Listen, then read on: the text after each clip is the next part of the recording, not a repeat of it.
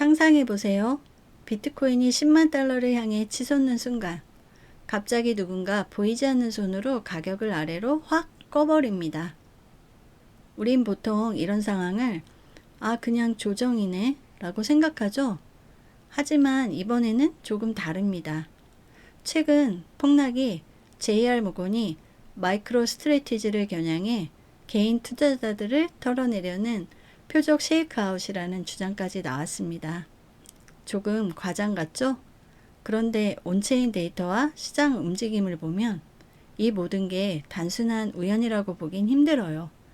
그리고 더 충격적인 사실, 비트코인의 운명을 결정하는 건 우리가 알고 있는 반감기가 아니라 전 세계가 만드는 유동성의 흐름, 돈의 방향이라는 겁니다. 오늘 영상 끝까지 보시면 이번 폭락이 끝이 아니라 시작일 수 있다는 이유가 보일 거예요.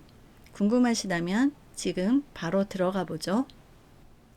왜 이번 폭락이 이렇게까지 쉐이크아웃이라는 말까지 나오는 걸까요?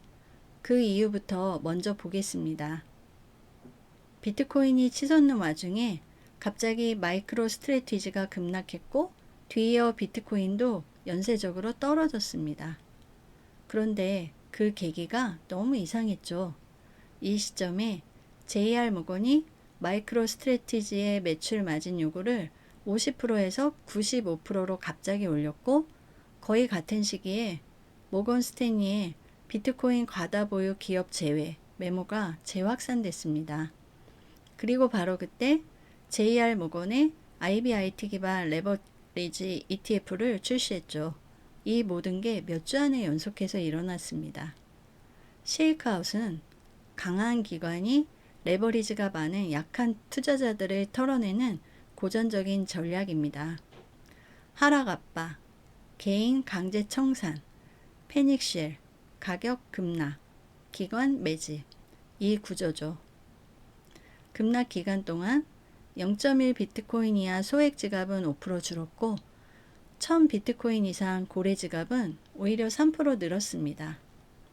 작은 손은 떨어져 나가고 큰 손은 줍줍한 셈입니다. 물론 이걸 그냥 우연의 일치라고 보는 시각도 있습니다. 시장 심리, 규제 뉴스 같은 요인도 있었으니까요. 하지만 이렇게 여러 사건의 타이밍이 한 점으로 모인 적이 있었나? 라고 묻게 되는 게 사실입니다.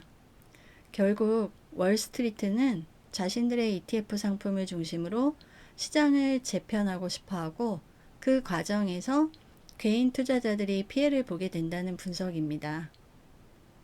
장기적으로 ETF보다는 직접 보유가 견고하다는 관점도 나옵니다. 이제 누가 흔들었냐 보다 더 중요한 이야기로 갑니다. 비트코인의 가격을 결정하는 힘이 사실은 반감기가 아니라 유동성이라는 점입니다. 지금 세계는 재정 적자 확대, 금리 부담 증가, QT 종료 신호 등 유동성 반전의 초입에 있습니다. 블랙록 디지털 자산 책임자는 비트코인의 가격은 유동성, 달러, 실질 금리에 의해 움직인다 라고 했으며 온체인 데이터를 봤을 때도 유동성 고갈은 아니에요. 케빈 애시지 차기 FED 의장 가능성이 높아지고 있죠. 원한적 정책을 펼칠 가능성이 높아지고 있어요. 돈이 풀리면 자산은 자연스럽게 오르고 돈이 조이면 떨어집니다. 비트코인은 디지털 금이기 때문에 달러 가치가 약해질 때 가장 강하게 반응합니다. 2020년에서 21년 FED에서 무제한 QE를 펼쳤을 때 비트코인이 폭등한 일도 있었죠. 반감기의 영향이 약해진다는 우려도 있지만 유동성이라는 더 큰 파도가 그 영향력을 덮어버리는 게 핵심이죠. 반감기는 기다리기보다 M2, 실질금리, 국채금리, 유동성 지표를 보는 것이 훨씬 중요합니다. 마지막으로 실제 자금 흐름을 보겠습니다. 이번 하락은 약세장 신호가 아니라 빠른 손에서 느린 손으로 자본이 옮겨가는 과정입니다.